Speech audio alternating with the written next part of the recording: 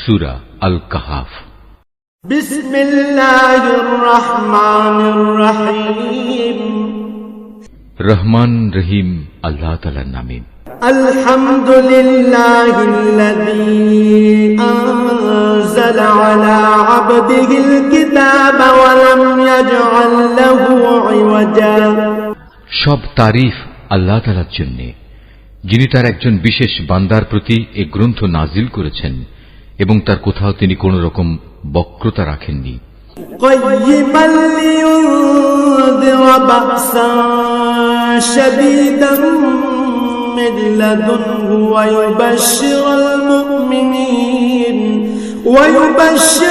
মুমিনিনা আল্লাযীনা ইয়া'মালুনাস সালিহাতি আন্না লাহুম আজরান হাসানা।